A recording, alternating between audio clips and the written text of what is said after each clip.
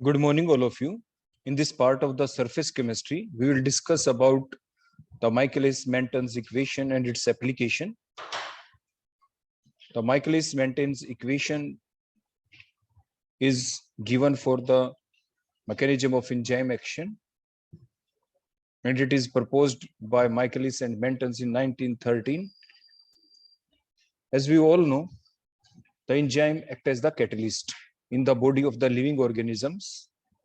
The enzyme react reversibly with the substrate molecules to form the enzyme substrate complex, and that enzyme substrate complex further dissociate to give the final product, and the enzyme again get regenerate for the fresh reactant molecules.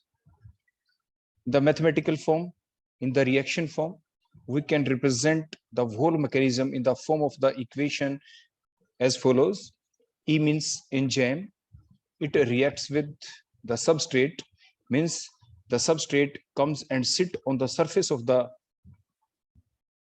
enzyme, means come and sit on the reactive site of the enzyme to form as the ES, means enzyme substrate complex, with the constant, that is the K1, that is called as the rate constant, but it is a very typical and the reversible reaction. ये एक reversible reaction भी है, means the ES, that is the enzyme substrate complex, may again dissociate to give the enzyme and the substrate molecule.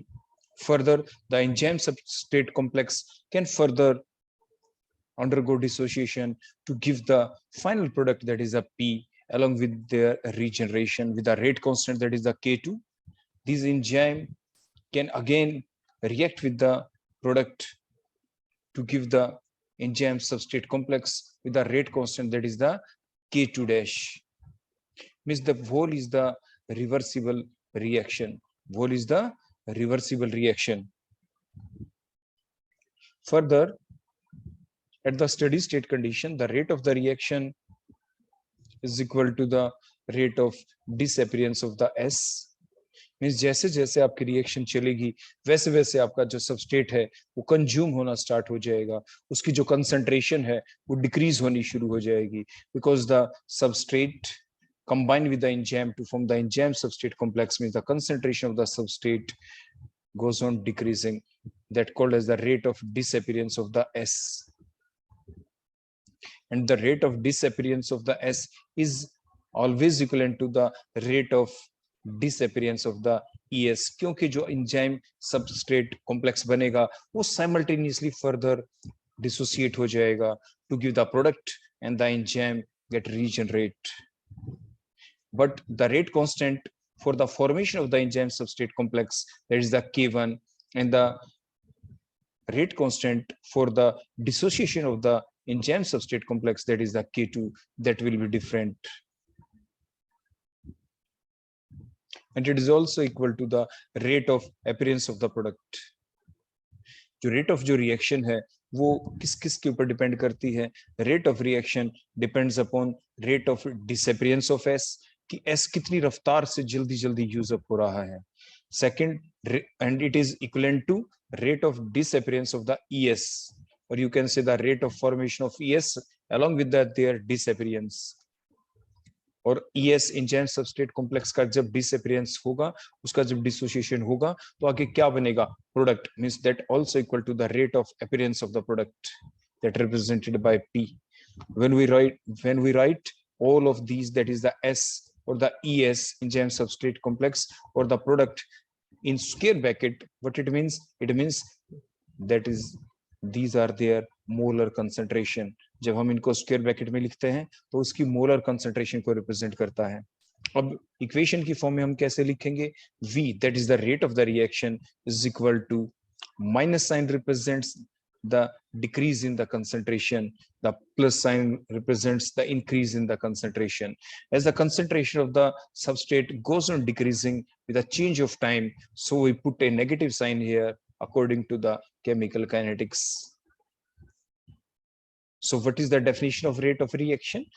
According to the chemical kinetics, we all know that the rate of reaction is equal to the change in the concentration of the reactant or the product with the passage of the time. The negative sign represents the decrease in the concentration of the reactant. The plus sign represents the increase in the concentration of the product. In that particular reaction, V is equal to minus ds by dt, means S means substrate, means reactant. There occurs the decrease in the concentration of the substrate, means minus ds divided by dt with the change of the time. And it is also equal to, when there occurs the decrease in the concentration of the substrate, simultaneously there occurs the formation of the enzyme substrate complex, and that will simultaneously get dissociate to form the product. And it also can dissociate simultaneously to again give the substrate molecule along with the regeneration of the enzyme. So rate of the reaction is equal to minus dEs divided by dt, means change in the concentration of the Es with the change of the time. And it is also equal to the dP by dt, means increase in the concentration of the product with the change of time. And we can also rewrite the equation for the rate of reaction as V is equal to minus ds by dt is equal to minus K2 और bracket में ES means molar concentration of the enzyme substrate complex. It is given by equation 1. Means according to the rate law, the rate of the reaction is always directly proportional to the concentration of the reactant raised to the power of their coefficient. And the rate of reaction is also defined as the change in the concentration of the reactant and product with a change of time. Means we can define the rate of the reaction in different ways. So on the basis of this definition, we write that equation 1, V is equal to minus ds by dt, or also equal to minus K2, and the molar concentration of the enzyme substrate complex. That is the equation number 1. Next, the rate of change of concentration of the enzyme substrate complex with the time is always equal to the rate of the appearance of the ES from the E and S. Means जो ES है उसकी concentration के अंदर जो change हो रहा है, the change of time, वो किसके equivalent है? That is equivalent to the rate of appearance of ES from the E and S.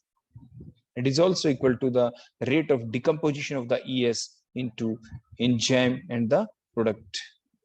जो ES की concentration में change दो type से हो रहा है. enzyme की concentration में जो change है वो दो type से हो रहा है. वो कैसे? कि जो enzyme substrate complex जो बना है वो dissociation उसका two different direction में होता है. एक तो forward direction में जब enzyme substrate complex dissociate होके enzyme plus product they they with the rate constant K2, और जब ये दोबारा से आपके dissociate होके enzyme plus substrate they they with the rate constant K1 dash. Now the change in the concentration of the enzyme substrate complex, the change of time can be rewritten as, कुछ हम ऐसे लिख सकते हैं, is equal to K1. K1 means the rate constant for the forward direction when the enzyme and the substrate combine with each other to form the enzyme substrate complex. Means here we represents the formation of the enzyme substrate complex.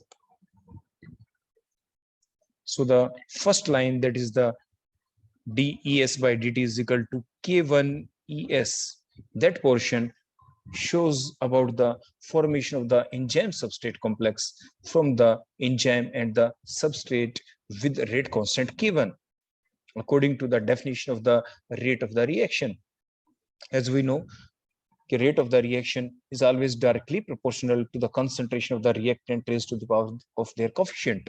तो वही हमने यहाँ पे लिखा है, जो rate of reaction है वो directly proportional हमने क्या लिखी है? Concentration of the reactants. Reactant कौन है यहाँ पे? एंजाइम भी एक रिएक्टेंट की तरह काम करेगा, एस जो सबस्ट्रेट लिया है वो भी एक रिएक्टेंट की तरह काम करेगा. तो डायरेक्टली प्रोपोर्शनल के साइन को हटा के हमने कोई कांस्टेंट लिखा, that is the Q1. Further minus sign हमने क्यों यूज किया? माइनस साइन इसलिए क्योंकि जो आपका ES है ये further it get dissociate into different direction. The first direction is the backward direction when the enzyme substrate complex get dissociate to give the enzyme and the substrate, that is minus K1 dash with the rate constant K1 dash. Minus sign is represented here to show that the dissociation of the ES occurs. So minus sign represents the dissociation of the enzyme substrate complex. So minus K1 dash means what is the rate constant for the dissociation of the ES in the backward direction. Next again minus K2 means the dissociation of the ES enzyme substrate complex in the forward direction in enzyme and the product. That is the rate constant of the dissociation of the enzyme substrate complex for the forward direction. Means minus sign represents the dissociation here of the enzyme substrate complex. So minus sign is here. K2 represents the rate constant for the dissociation of enzyme substrate in the forward direction. And bracket में हमने क्या लिखा? ES. So that all about the change in the concentration of the enzyme substrate complex with the change of time. तो ये हमने complete enzyme substrate complex के अंदर जो भी चेंज आए हैं डिफरेंट डायरेक्शन में वो कंप्लीट हमने यहाँ पे रिप्रेजेंट किया.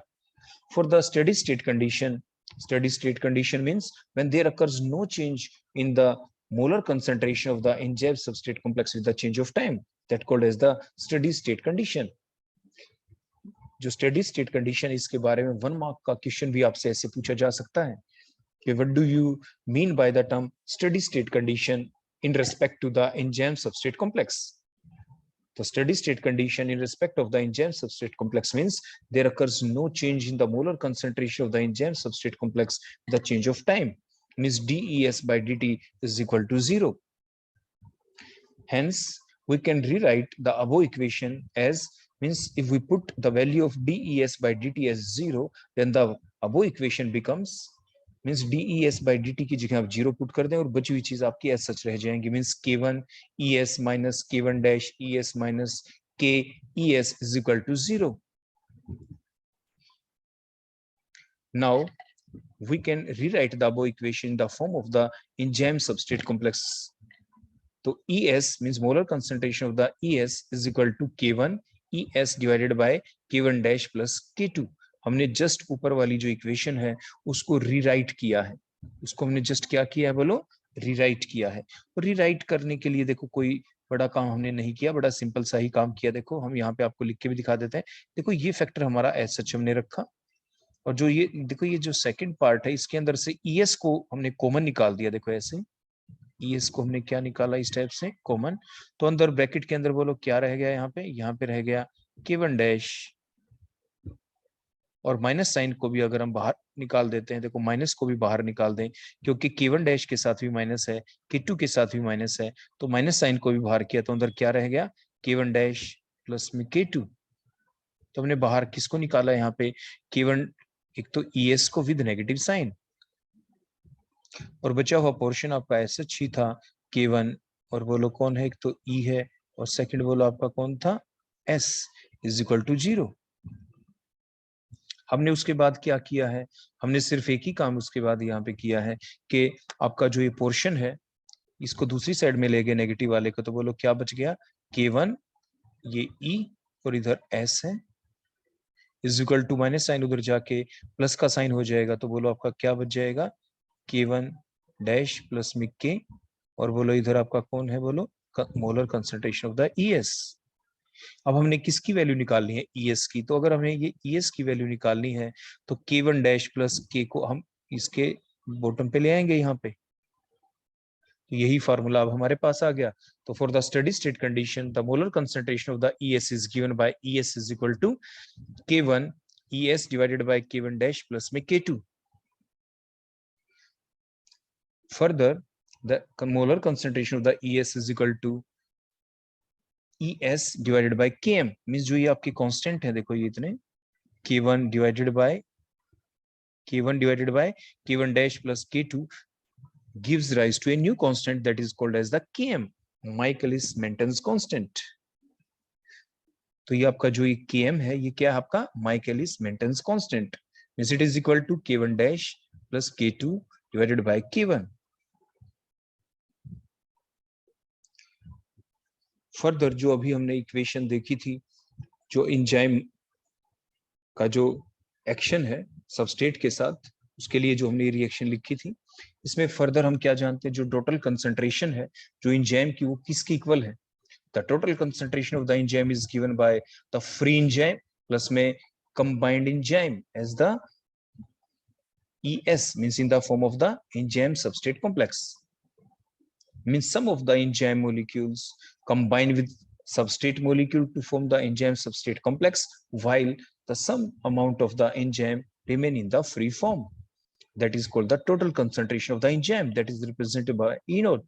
That means the total concentration of the enzyme, that is the E naught, is equal to the free concentration of the enzyme plus the combined form of the enzyme in the form of the ES, in the form of enzyme substrate complex.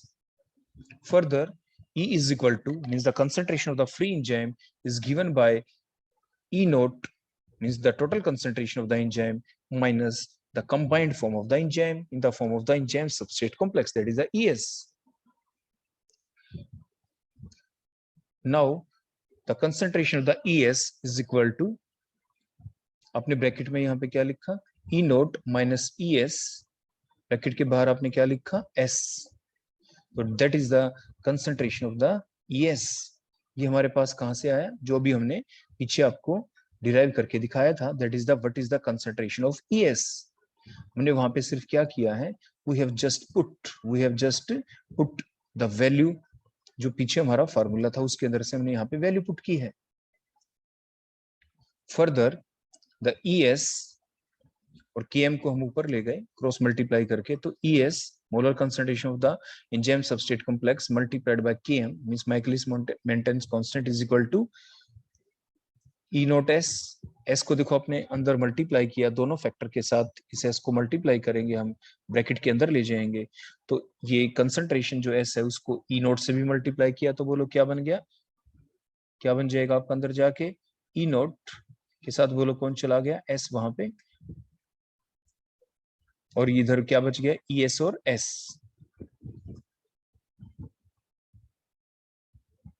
Further ES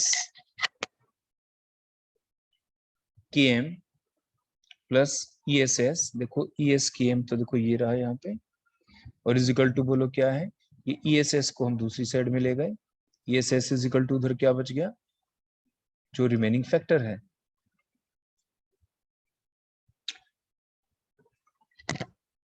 further हम इसको और कैसे लिख सकते हैं, इसमें common क्या चीज निकल जाएगी बोलो, लेफ्ट हैंड साइड में ES concentration of the enzyme substrate complex को हमने कॉमन निकाला, तो कंसंट्रेशन ऑफ ES और ब्रैकेट में क्या रह गया, Km प्लस S, और दूसरी साइड में बोलो क्या बच गया, E naught S. Further concentration of, देखो यहाँ पे एक चीज अब करेक्शन कर लेंगे आप, देखो जब हमने ये S को अंदर मल्टीप्लाई किया था यहाँ पे ऊपर, तो E naught, ये E naught के साथ ही S है, देखो यहाँ पे ये S नहीं आएगा, आप इसको करेक्शन कर देना, ES और S तो ये तो बिल्कुल ठीक है, यहाँ पे S नहीं आएगा, E naught के साथ देखो ये S नहीं आएगा, E naught के साथ देखो ये S नहीं आएगा यहाँ पे, अब बिल्कुल ठीक हो गया. तो molar concentration of the enzyme substrate complex is equal to E naught S divided by Km plus S. Put the value of ES in equation number 1. और ये हमारी दैट इज कौन सी थी हमारी इक्वेशन नंबर 1, जो अभी हमने लिखी कि rate of reaction is equal to the change in concentration of the substrate with the change of time is equal to minus K2 ES, जो हमारी इक्वेशन नंबर 1 थी, उसके अंदर हम कंसंट्रेशन ऑफ ES को अब हम पुट करेंगे, तो हमें क्या मिला, V is equal to minus DS by DT is equal to minus K2, और जो ये ES है मोलर कंसंट्रेशन ऑफ आपके एंजाइम सबस्ट्रेट कॉम्प्लेक्स, इसकी जगह हम वैल्यू पुट कर देंगे, देखो ये ES की जो हमने ऊपर मिली थी, तो हमने ये वैल्यू पुट की, E naught S divided by Km plus S, that is the equation number 2. And the above equation is called as the Michaelis-Menten's equation. इसी को हम क्या कहेंगे, Michaelis-Menten's equation. जो Michaelis-Menten's equation देखो जो हमने लिखी थी, हमें क्या पता है, देखो V is equal to minus K2 E naught S divided by Km plus S, जो इक्वेशन नंबर 3 हम इसको कहेंगे. For the maximum velocity, for the maximum velocity means for the maximum rate of the reaction, S is greater than Km, so the equation, above equation can be rewritten as Vm is equal to minus K2 E naught. If the value of S is greater than M, so what will happen, if the value of S is greater than Km, तो the Km plus S is nearly equal to S, और फिर S से S आपका cancel हो जाएगा, तो आपका क्या बच जाएगा, minus K two E note. क्योंकि Km प्लस एस को हम क्या लिखेंगे, if the concentration of S is greater than Km, तो Km की वैल्यू बहुत ही छोटी होगी, और बहुत ही छोटी वैल्यू प्लस में एस, तो Km को हम नेग्लेक्ट कर देंगे, तो नीचे आपके डिनोमिनेटर में क्या बच जाएगा, सिर्फ एस, कंसंट्रेशन ऑफ सबस्ट्रेट। ऊपर भी कंसंट्रेशन ऑफ सबस्ट्रेट है, इसलिए एस से एस कैंसिल हो जाएगा, और आपके पास बच जाएगा Vm is equal to minus K two E nought, that is the equation number 4। Now divide the equation number 3 जो अभी ऊपर इक्वेशन थी by equation number 4, we get, अगर हम डिवाइड करते हैं तो v divided by vm, v divided by vm, देखो लेफ्ट हैंड साइड को लेफ्ट हैंड साइड से डिवाइड करेंगे, तो यहाँ पे v है और यहाँ पे बोलो क्या था, vm, तो v divided by vm is equal to, उसमें क्या है वहां पे क्या था, माइनस के टू, देखो माइनस के टू, ऐसा लिखा हमने minus K two E naught S divide by K M plus S.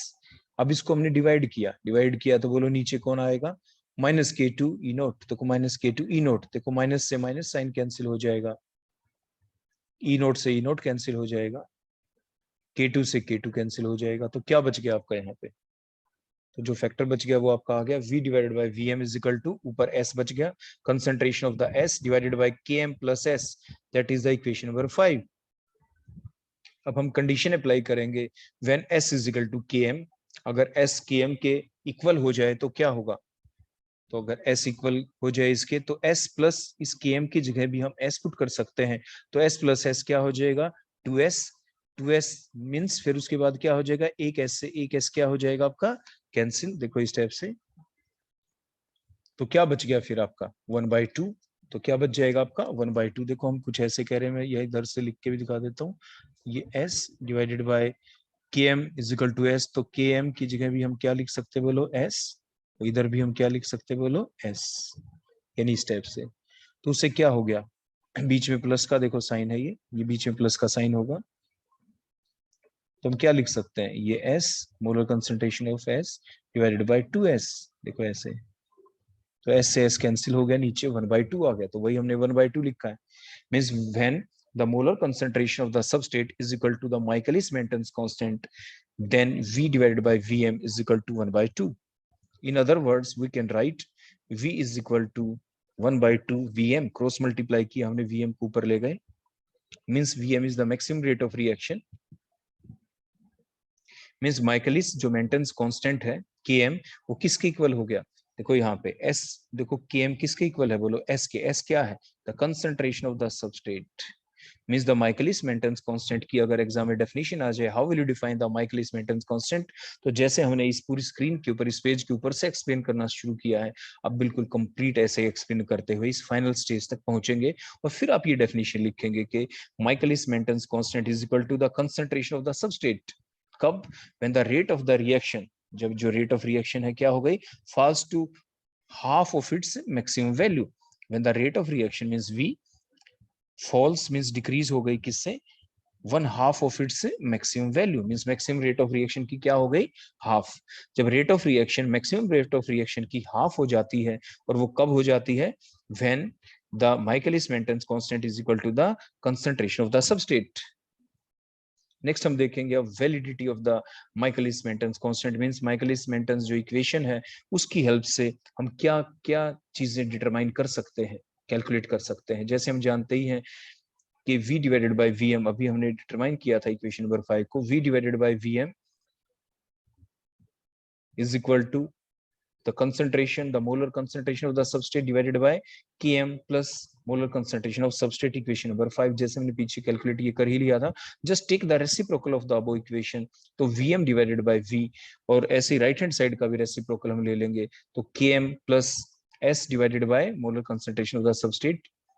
अब हम इसको सेपरेट फॉर्म में लिखेंगे राइट हैंड साइड को, मींस जो नीचे डिवाइडेड में मोलर कंसंट्रेशन और सबस्ट्रेट है उसको दोनों से डिवाइड कर देंगे, Km से भी और S से भी, तो उससे क्या होगा, देखो Vm by m, Vm divided by V तो एस सच है, तो इधर क्या रहा Km डिवाइडेड बाय S, और S के डिवाइड में जब S आया तो उससे कैंसिल होके क्या बच गया 1, तो Vm divided by V is equal to Km divided by S plus में 1, और फर्दर हम क्या लिख सकते हैं 1/V इधर, तो जो Vm है उसको क्रॉस मल्टीप्लाई करके दूसरी साइड में अगर हम ले जाएं तो बोलो क्या होगा, 1 divided by V is equal to, अगर हम Vm को दूसरी साइड में ले जाएंगे, देखो यहाँ पे और करके देखो, हम थोड़ा ऐसे करके आपको लिख के दिखा देते हैं, 1 divided by V is equal to, अगर हम 1 बाई Vm को दूसरी साइड में ले जाएं तो यहाँ पे बोलो कौन था, ये था आपका Km divided by S plus ये 1 है, 1 बाई 1 भी लिख सकते हैं आप इसको। अब Vm को आप अंदर ले जाएं ब्रैकेट के अंदर तो क्या आ जाएगा, तो यही चीज आ जाएगी आपकी। तो Vm अंदर गया तो क्या बच गया, Km तो देखो ऊपर है ही, डिवाइडेड बाय VMS, देखो ये रहा, प्लस Vm यहाँ पे भी अंदर गया, Vm यहाँ पे भी अंदर गया, तो यहाँ पे क्या बन गया, प्लस 1 बाय Vm। तो that is the equation number 6 and the above equation is a straight line equation that is given by the mathematical relation, that is the y is equal to mx plus c. Now compare that straight line equation with the above equation 6 and plot a graph in between 1 by v versus 1 by s. यहाँ से आप 1 by v लेंगे और इधर से आप क्या लेंगे, 1 by s। तो इसके साथ में जो ये चीज है ये आपकी बोलो क्या है, that is called as the slope, and here is the positive sign, the slope is positive. While the other factor, that is the 1 by m, is also present there, so it is the intercept. Is the graph will not start from the origin. Graph will not start from the origin. That means value of the intercept is 1 by Vm. As you can see in the graph is plotted in between 1 by V and the 1 by S. It will give the straight line with the positive slope. देखो by angle theta. Slope is given by tan theta and the value of slope is, जैसे हमने ऊपर लिखा था, Km by Vm, देखो ये Km by Vm, and the value of intercept is 1 by Vm, देखो ये 1 by Vm, means the graph, the straight line will not start from the origin, देखो वो यहाँ से origin से start नहीं है, y axis के ऊपर after some length हमारा graph start होता है, and that magnitude after which the straight line is start, that called the intercept. So from the value of intercept की value का जब हमें पता चलेगा, we can determine the value of Vm. Now put the value of Vm, देखो ये जो slope का formula है, that is the slope is equal to Km by Vm. So by knowing the value, by calculating, by determining the value of Vm from the intercept, now put that value of Vm in the slope formula, that is the slope is equal to Km by Vm. So we can determine the value of Km, that is the Michaelis-Menten constant. So that is the validity of the Michaelis-Menten equation. Now, in the next part, we are going to determine the order of the enzyme catalyzed reaction using the Michaelis-Menten equation. ये हमने पहले ही आपके लिखा था कि enzyme on combination with the substrate to give the enzyme substrate complex which further undergo dissociation in two different directions to form the enzyme plus product and also give back the enzyme plus substrate with these different rate constant. As we already determined the Michaelis-Menten equation, and it is given as V is equal to minus ds by dt, means change in the concentration of the substrate with the change of time is given by minus K2 E naught S divided by Km plus S. Now we will apply the two different conditions to determine the rate of order of the reaction, means the order of the enzyme catalyzed reaction will be different under the different condition. For example, in the first condition, if the molar concentration of the substrate is less than Km, then what will happen? Then we will neglect the S in comparison to Km. जो ये Km है यहाँ पे, इसकी value बड़ी होगी और S को हम क्या कर देंगे यहाँ पे नेग्लेक्ट। देखो अगर हम इसको नेग्लेक्ट कर दें ऐसे, तो that will be the remaining formula. देखो जो हम यहाँ पे लिखेंगे v is equal to minus ds by dt is equal to minus K2, ऊपर क्या बचा E naught multiplied by molar concentration of the substrate divided by क्या बचा, सिर्फ Km। If the molar concentration of the substrate is less than Km, तो हम neglect कर देंगे, Km की वैल्यू काफी छोटी होगी एज कम्पेयर टू Km, इसलिए Km के कंपैरिजन में S की वैल्यू छोटी होने की वजह से Km plus S is nearly equal to Km। Means अब यहाँ पे K2 इज ए कांस्टेंट, देखो K2 is a constant and Km is also a constant, तो हम एक प्रोपोर्शनलिटी के साइन को यहाँ पे लगाएंगे, तो V is directly proportional to क्या आ गया, E नोट की molar concentration and the substrate molar concentration, means the order of the reaction is second, means it is a second order reaction under that condition. Further, in the second case, if the concentration of the substrate is greater than km, means वही जो नीचे factor अब की बार s की वैल्यू km से काफी बड़ी हो जाए तो क्या होगा, will neglect the km, we will neglect the, देखो km इन इक्वेशन नंबर 2 देखो हमने नेग्लेक्ट कर दिया, तो what is the remaining thing, अगर इसको हम नेग्लेक्ट कर देंगे तो नीचे s बच गया, तो s से s क्या हो जाएगा, कैंसिल, तो व्हाट रिमेन बिहाइंड, तो क्या बच गया, तो v is equal to minus ds by dt is equal to minus k2 e naught. So means rate of reaction is directly proportional to K2 is a constant here. So the rate of reaction is directly proportional to and depends only upon the E naught, means the order of reaction is 1. So in this way, we can determine the order of the reaction under the different condition. Means depending upon whose value is greater, whether the molar concentration of the substrate is greater than Km, Michaelis-Menten constant, or is less than that. So under these two different conditions, the order of the enzyme catalyzed reaction may be 2, order of reaction may be 2 or 1. तो exam में इस तरह से आपसे ये question पूछे जा सकते हैं, तो आप ध्यान रखेंगे इन चीजों को. So that is all about the Michaelis-Menten's equation, their validity, and how can we determine the order of the enzyme catalyzed reaction using the Michaelis-Menten's constant or the Michaelis-Menten's equation under the different conditions. Thank you.